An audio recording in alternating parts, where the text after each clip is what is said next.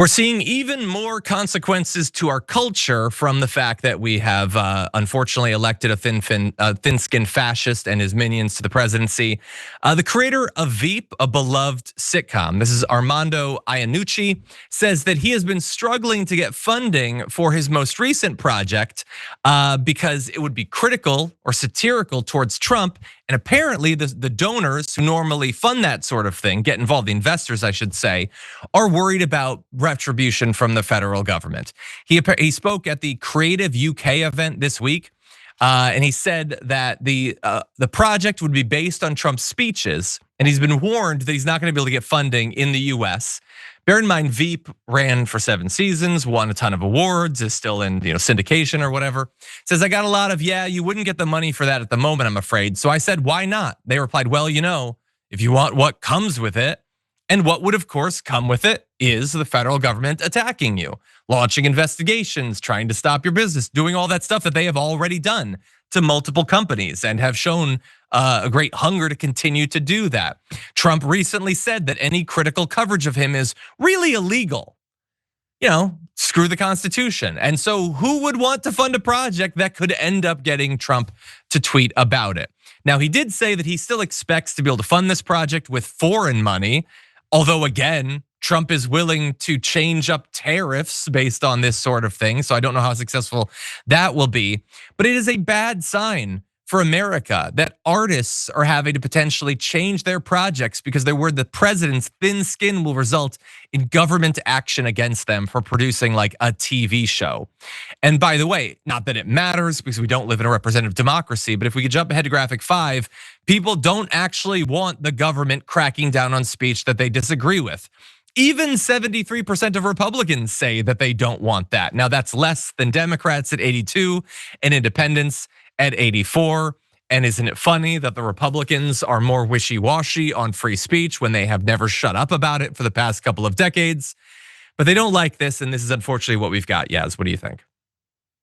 Oh, I was making sure I wasn't muted. Not only did he say that it was illegal to cover him critically, even at that weird Hegseth event that we all just had to watch, someone started laughing at him and he's like, no, can't do that. Can't laugh at me. Like, it's so weird and it's so weak, but it is interesting that we are seeing this, acceptance of what is happening from the radical right.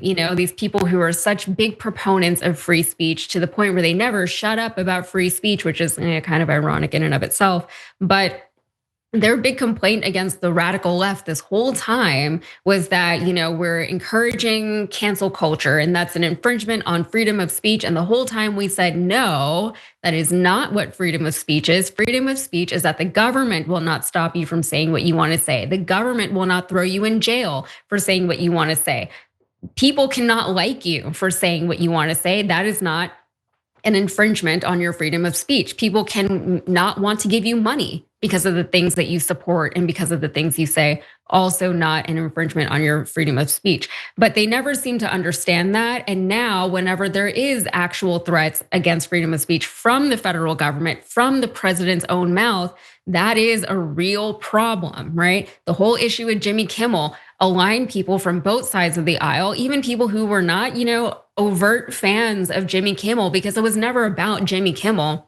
Yeah. It was the fact that a federal employee went and threatened Jimmy Kimmel's show on a podcast, on Benny Johnson's podcast, and then actions were taken immediately afterwards. And the argument was that that didn't come from the federal government, but functionally we know what it was, right? Everybody can see what it was. Everybody can call it out for what it is. Anybody who is not part of this cult that just decides to not see or acknowledge the things that are so clearly happening in front of their faces. But as far as this creator making a show based on Trump, I know this isn't the point, but you have to wonder who wants to watch a show like that right now, right? I remember watching Veep, and after a certain point, I was like, I can't watch this anymore because it was like a little bit too close to reality. I was like, I already get enough of this in real life, and it's stressful there. I don't want to watch more of this show, and it's stressful here. I don't know if you guys remember that show, House of Cards, even, right? That wasn't a comedy, but it was a drama.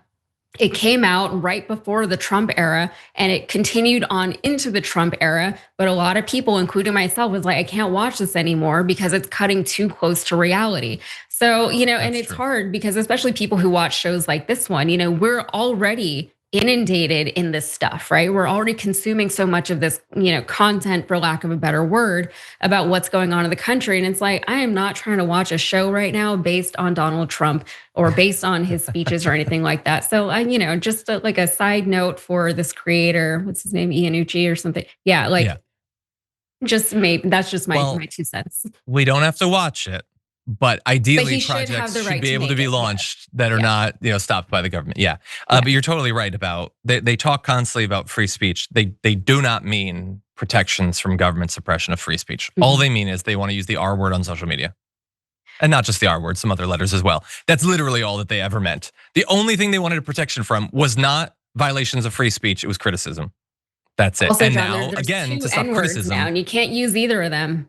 Just so you Yeah, know. Did you know we all I learned about the second N word, and exactly. Trump That's seems very Donald upset that Trump. he can't use either of those words anymore.